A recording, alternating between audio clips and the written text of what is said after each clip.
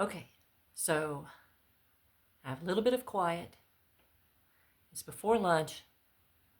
And before my husband gets home, turns on the television, and everything goes kind of haywire around here with trying to get food ready and so forth, I'm trying to tackle my third novel, a little snip at a time.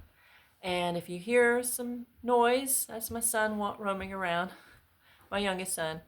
And I don't know. We'll see what he might want to interject. But for now, this third novel is kind of driving me a little crazy right now because I'm a bit intimidated by it because I'm trying to add a horror element, something I've never done before. It's not like I have a lot of experience under my belt. I have written 2 novels. I'm hoping to get them published in the next few months. Spring release, yeah. So right now, and as far as spring release, that's if I self-publish. If that literary agent gets back in touch with me and makes an offer, then that might be at play. So I think I'm at the 10-day mark right now before it's 90 days where I can give her a safe nudge, where you're allowed to give them a nudge to see if you're still in the running or if it's a no. So, and the last time I did that, I didn't hear anything back. So yeah, a little disappointed with that one. But this agent, I'm really excited about, and we'll see what she has to say in about 10 days, and I'll let you know then. But as far as this book goes, the other 2 books, no horror element. Now there was a haunted house kind of psychological suspense kind of thing going on with my second one, That Which Is True Cannot Be. But with this one, I'm trying to put in a raven mocker. So I don't want to go into too much detail about that right now, but I'm trying to look back over my epilogue. I always want to call it epilogue before prologue. Why? Prologue. It's a very short prologue. I had a short one in That Which Is True Cannot Be also. This one is even shorter. This one is not even half a page, pretty much. Well, maybe half a page at most. And just to set the tone for the rest of the story.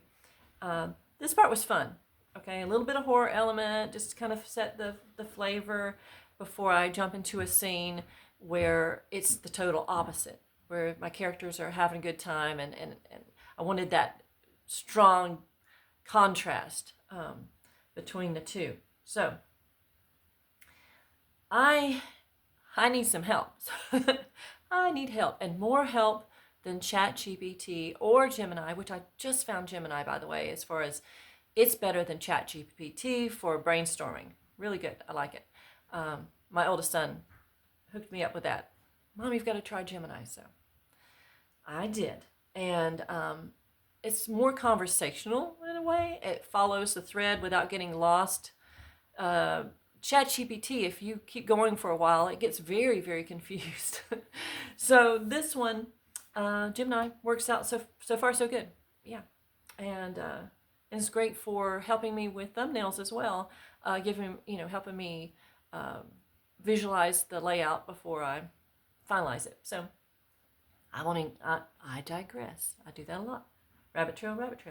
So with this, I need a little help. And if anybody out there knows of a horror book that does not have gory, grisly things in it, but it leans more psychological and maybe natural, something in the woods in the past and so forth and so on, because my story is set in 1950 in a small town in North Carolina and also the mountains of North Carolina, where I lived briefly when I was a little girl.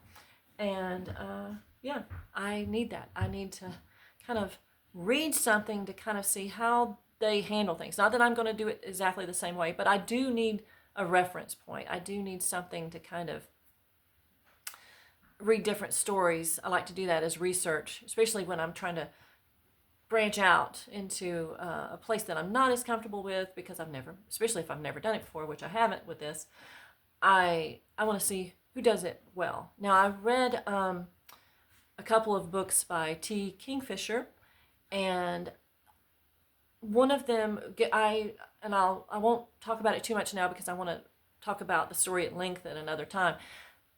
It had a great spot in it where it really had me on the edge of my seat. I was like, oh, this is definitely giving me chills. This is great.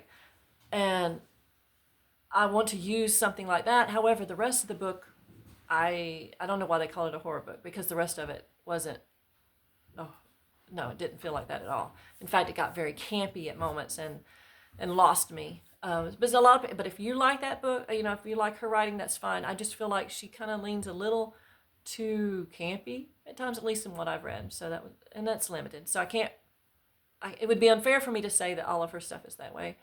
I did enjoy a good bit of it. I enjoyed her characters. So that is very similar in a sense to how I write. So with the quirkiness of the characters and so forth. So it's not just feeling like a flat, two-dimensional kind of story. So anyway, that's all I have to say for now.